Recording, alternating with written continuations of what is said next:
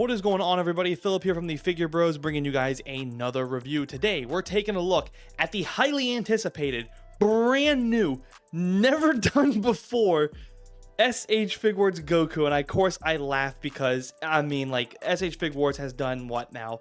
I think we've done 3 Gokus this year alone, honestly. In the year 2025, I think we've gotten 3 Gokus this year alone. Now, at least this one is from a new series, this is the Goku from the Daima series. So at least there's that. There's a little bit of a different, I guess, uniform that he wears. So I guess there's that. I mean, I saw it at Walmart and I picked it up and I was like, let's do a review on it. Let's see if this thing really does have an updated articulation like everybody else claims it has, or if this is just another Goku that SH Figuarts just puts on the shelf hoping that you buy it and then they turn around and call you guys suckers. Because I'm going to show you guys all the Gokus so far too that we've also have in my collection and see how they really stack up year after year after year, because it is getting to the point where it's a little sickening. We get these Gokus and they are so quick to just mold and print them and put them on the shelf, when it's like, can we get at least like a reissue of the Frieza forms? Can we get a reissue of the Ginyu Force? They are so quick to just quickly slap out another Goku or another Vegeta or even another Krillin and give you like one extra accessory and then charge you 80-90 bucks. So let's see how this one stacks up with all the other ones. I know, brand new figure, never done before, but here we are again taking a look at another Goku from SH Figuarts. So let's get him out of the box and just see how he stacks up. All right, now that we got him out of the box, let's go ahead and take a look at the brand new, highly anticipated, never done before SH Figuarts Daima Goku. Starting off with the articulation, he can look down about that much, so it's pretty good there. He can look up about that much, which is pretty good actually, so we do get some better movement. Got a little bit of side to side, and of course the faceplate does come off pretty easily. I'll show you a little bit later in detail, but hair rips off here, faceplate pops right out. Faceplates are a little bit thicker than normal too, so that's kind of nice too. I don't feel like they're going to break. Moving over to the arms, get some really good range motion there. Bicep cut, double jointed, all good things. So really good here, and of course you can see too, we do get a little bit of gapping when you pull that arm all the way out right here, which is not bad, by the way. Doesn't look too bad. No, I feel like there's a butterfly joint, but there's not a really good one, so that is a little bit of a miss. I do like the old school butterfly joints. It does feel like the joint comes out like that, so it can kick outward outside of his body a little bit much. I wish though this one did have a butterfly joint to where I can pull it forward like this. Of course, when you're talking about Goku who does the Kamehameha, it's really nice to pull this arm all the way across his body right here, but I don't think we're going to be able to do that, so I'll have to kind of mess with it and see if we can do it later. Let's go ahead and move over to the ab crunch. He can crunch down 0 whatsoever, and there's a reason for that too, and I'll show you why that is. Again, these figures are I'll talk about it in the look and design and aesthetic segment. Continuing on with the articulation, he can do the splits. Yeah, he can do the splits pretty good right there. Feels like he could do a little bit better, but that garb is kind of in the way. Soft rubber, so it doesn't impede too much. You can pretty much lift it up, so that's kind of nice. He can kick out about that much. Comment down below if this Goku 2 also is very loose in the legs. These joints are very, very loose. Like if I pose him in a certain way and just give it a good flick of the wrist, it just settles back into normal. So that's a little bit of unfortunate. I mean, it's very loose. Like, I'm not even putting any like pressure on this whatsoever, and he's just kicking up and out. And I think there's a reason for that. Knees, I think that's single jointed, and it does look like they definitely changed the knees. Now, this has been talked about a lot. I don't like these new knees at all. And again, I'll show you some older figures. I'm not a fan of this at all. I liked it when it is split off here and went into there, and you got that extra mobility out of that knee. Now, it does look like it's about the same range of motion, so that's kind of nice, but I just don't like the way it's designed at all. It does flow a little bit better, though, with the design of the suit. I will say that much. And ankles, outward there, can kick up about that much. And, of course, we get the toe hinge. And there's a little bit of a thigh cut right inside there. Not as good though.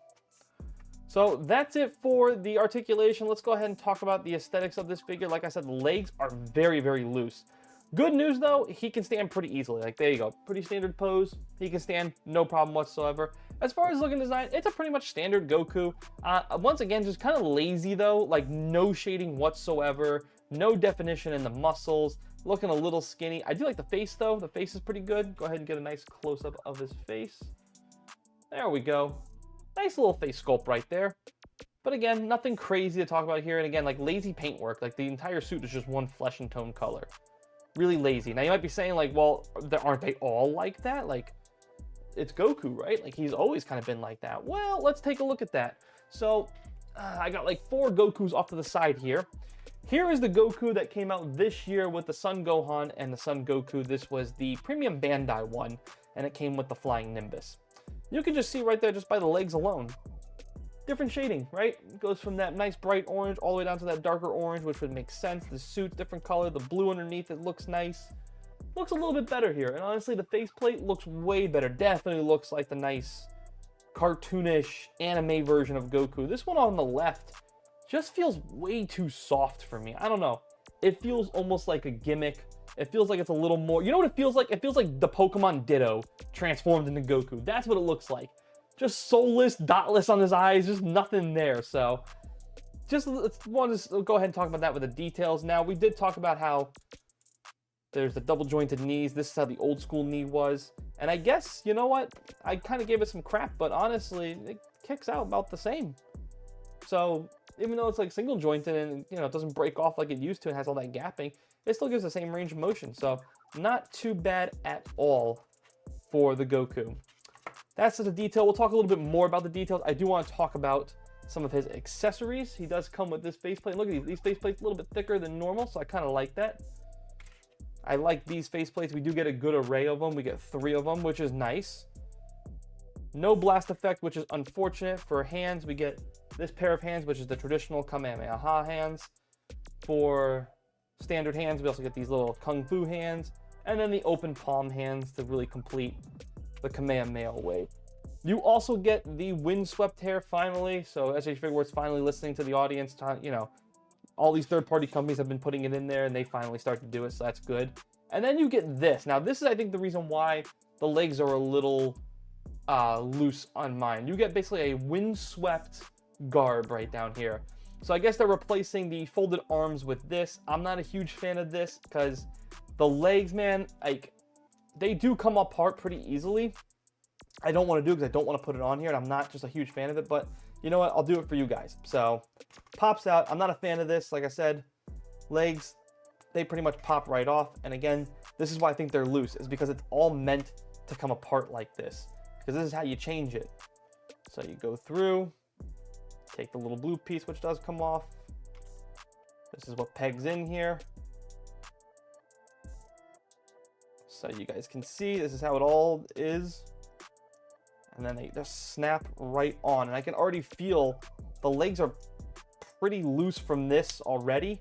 And I don't like that. Over time, if you were to change this so many times, I can't imagine this being good for your figures. And there you go. Now you have the windswept. It is easy to do this. Don't like it though, because I can, like I said, especially this leg, I can feel how loose this leg is already. And that's just not a good sign. Like, no pressure whatsoever. It's already loose. I don't like that at all. It feels cheap now to me. And I just don't like that feeling of loose, extremely loose joint in my figures. Like I said, SH Figuarts, they've never done a Goku before, right? They've never done it before. Here's another Goku. Let's see how he stacks up. You guys can see, here's some more comparisons. I always have this one doing the Kamehameha shot. So there you go. Another good comparison. Like I said, they've never done this before. Never have done Gokus before. Here's another one. So you guys can see tone definition in the muscles. So you guys can see pretty much all the same. They've never done it before. They've never done Gokus before. Just in case you weren't, you know, fully convinced, here's another Goku, Super Saiyan 3 Goku. You guys can see how they all stack up. Like I said, they've never done this before, guys. This is brand new. SH Figuarts has never done, they've never, you know, experienced with Gokus before. Never in their lives. Here's another Goku, by the way, Legendary Super Saiyan. My absolute favorite Goku. I mean, just like see, now, this is also like another problem I kind of have, and this is what gets to some of these third-party companies and why they're just doing, I think, a better job overall making DBZ figures. I mean, just look at the tone and definition of the muscles. Now, I know this is a Super Saiyan, so he's all bulked up and stuff like that when he was fighting Frieza. I totally get that.